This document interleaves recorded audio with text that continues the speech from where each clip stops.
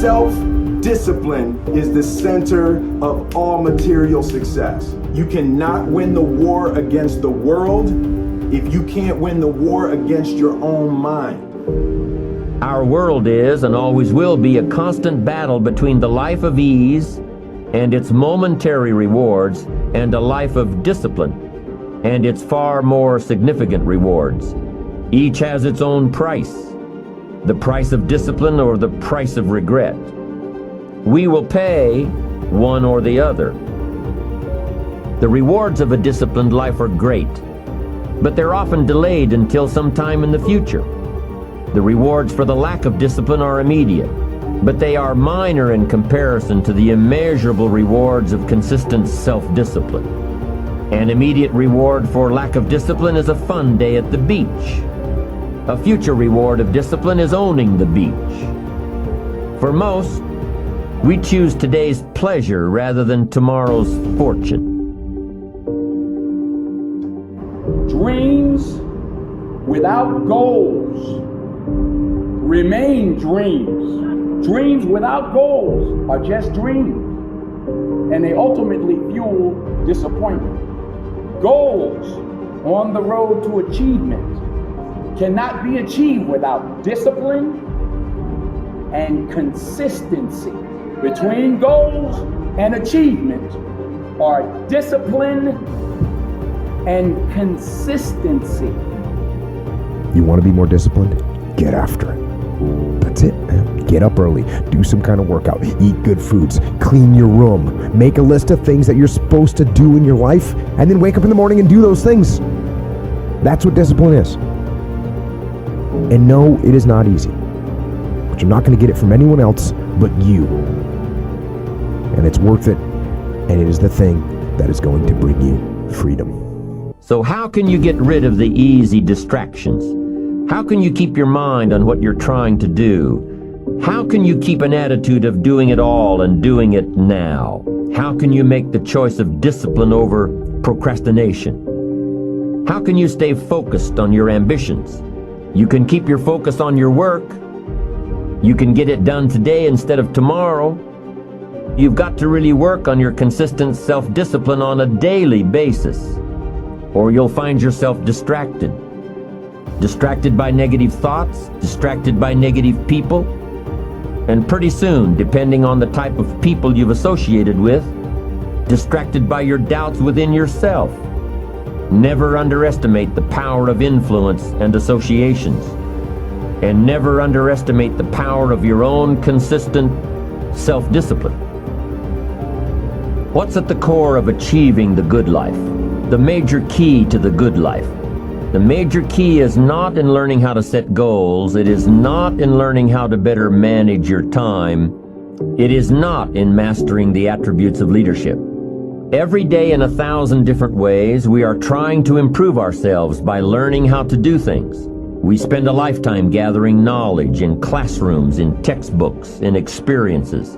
Now, if knowledge is power, if knowledge is the forerunner to success, then why do we fall short of our objectives?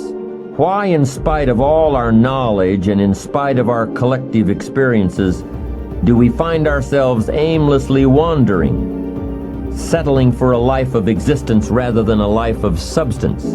While there may be many answers to this question, the fundamental answer is the absence of discipline. Applying all that we know. That's the key word, discipline. Self-discipline. We might add one more word here, consistent. Consistent self-discipline. It's really easy to start something, but to finish something takes tremendous amount of will, right? At the start, everybody's inspired, they're full of enthusiasm and energy, and then halfway through the project, everybody looks at each other and go, whose idea was this?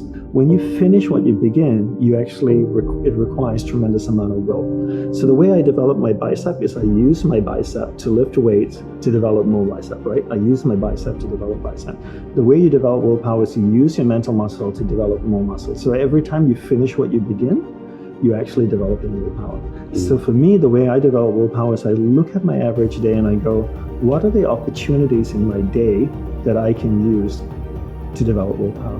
One simple thing that I talk about quite often is every day I sleep. So before I sleep, I floss, I brush my teeth, throw on my pajamas, I go to sleep.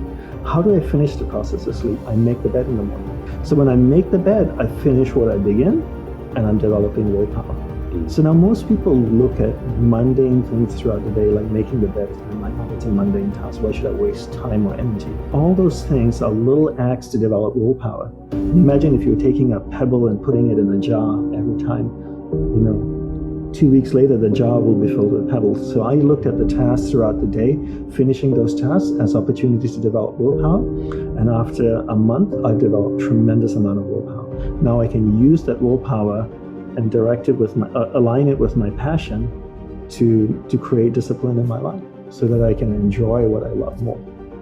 Also, one more thought on discipline. Here's the greatest value of discipline: self-worth, self-esteem. People are teaching self-esteem these days, but they don't connect it to discipline. The least lack of discipline, and it starts to erode our psyche. One of the greatest temptations is to just ease up a little bit, right? The slightest lack of doing your best starts to erode the psyche. Instead of doing your best, doing just a little less than your best. Sure enough, you say, well, it's just going to affect my sales. No, it's going to affect your consciousness. It's going to affect your philosophy. Now you've begun in the slightest way to affect your own philosophy. Here's the problem with the least neglect. Neglect starts as an infection. And if you don't take care of it, it becomes a disease. And one neglect leads to another. And the worst of all, when neglect starts, it diminishes our self-worth, our self-confidence, our self-value. You say, well, how can I get back my self-respect?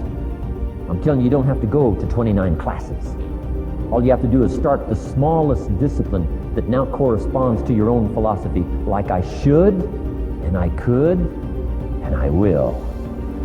No longer will I let neglect stack up on me so that I will have the sorry scenario 6 years from now, giving some excuse instead of celebrating my progress. That's the key to discipline. You don't get discipline from your parents, from your grandparents, from your older brothers and sisters. You don't get discipline from an external source. You have to get it from you. That's what self-discipline is. You get it from yourself. You get it from you. Being from a disciplined family does not make you a disciplined person. Being in a disciplined group does not make you a disciplined person. What makes you a disciplined person is choosing to be disciplined. It doesn't come from your parents. You don't inherit it. And there's another piece here. It's called ownership, right? It's called ownership. And if you want to blame other people for the problem, and I say this all the time, if you don't take ownership of the problem's not going to get solved. So if you blame your parents for not having raised you in a disciplined environment, you're not going to solve that problem. You're looking at your parents saying, if you would have done a better job being more disciplined for me, I would be more disciplined now. So that means you can't do anything. The fact of the matter is it's wrong. You actually can do something. And it doesn't matter how your parents raised you and brought you up. You can have the discipline you need to decide to do it. There's things that you know you're supposed to do as a human being. Things that you know are going to improve your life. Do those things. There's things that you know are going to make you a worse person and make your life worse. Don't do those things. Don't do the things that are making you weaker. Start doing the things that are going to make you stronger and smarter and faster and healthier and going to make you a better human being. It takes consistent self-discipline to master the art of setting goals, to master the art of time management, to master the art of leadership, to master the art of parenting and relationships. If we don't make consistent self-discipline part of our daily lives, the results we seek will be sporadic and elusive.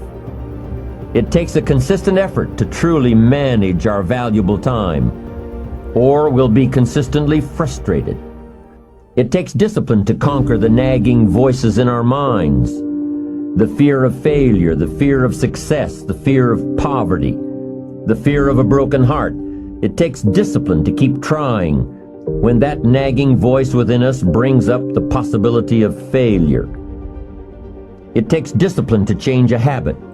Because habits are formed a little bit each day, every day, every day. Once habits are formed, they act like a giant cable. They act like a nearly unbreakable instinct that only long-term disciplined activity can change. We must unweave every strand of the cable of habits slowly and methodically until the cable that once held us in bondage becomes nothing more than scattered strands of wire. It takes the consistent application of a new discipline, a more desirable one to overcome one which is less desirable. It takes discipline to plan. It takes discipline to execute our plan. It takes discipline to look with full objectivity at the results of our applied plan. And it takes discipline to change either our plan or our method of executing that plan if the results are poor. It takes discipline to be firm when the world throws opinions at our feet. It takes discipline to ponder the value of someone else's opinion when our pride and our arrogance leads us to believe that we are the only ones with the answers. Now here's what's important about disciplines. All disciplines affect each other. In fact, here's a good philosophical phrase. Everything affects everything else. Nothing stands alone. Don't be naive in saying, well, this doesn't matter. I'm telling you, everything matters. There are some things that matter more than others, but there isn't anything that doesn't matter.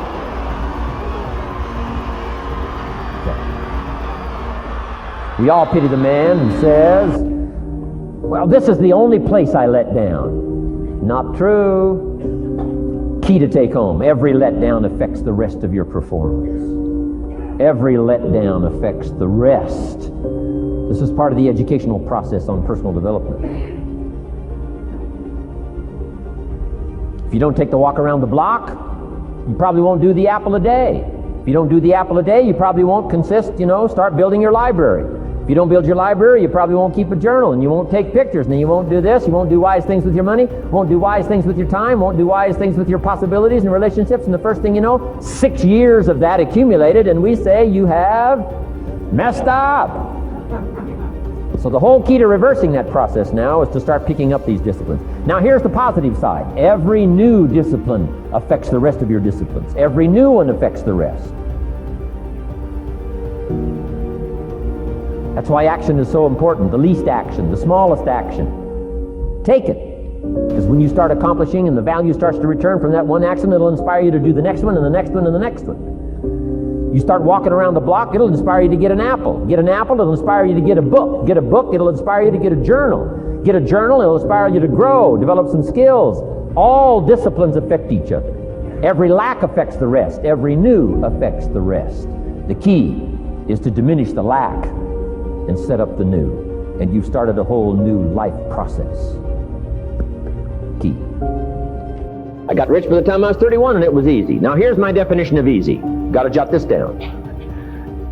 My definition of easy, meaning something I could do.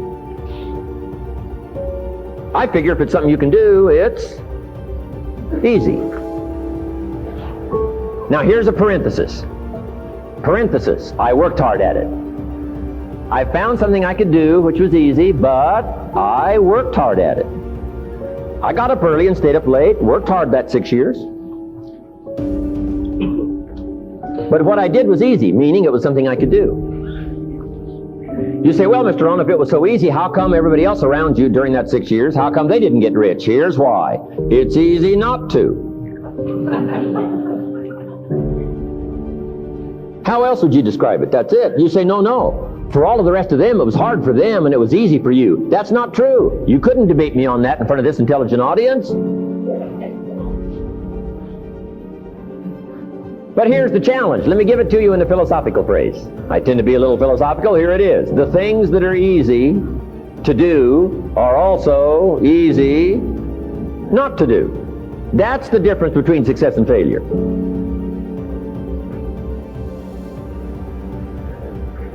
So you've got the choice here today of one of two easies. Easy to or what? Easy not to. I can give you in one sentence how I got rich by the time I was 31. Here it is in one sentence. I did not neglect to do the easy things I could do every day for 6 years.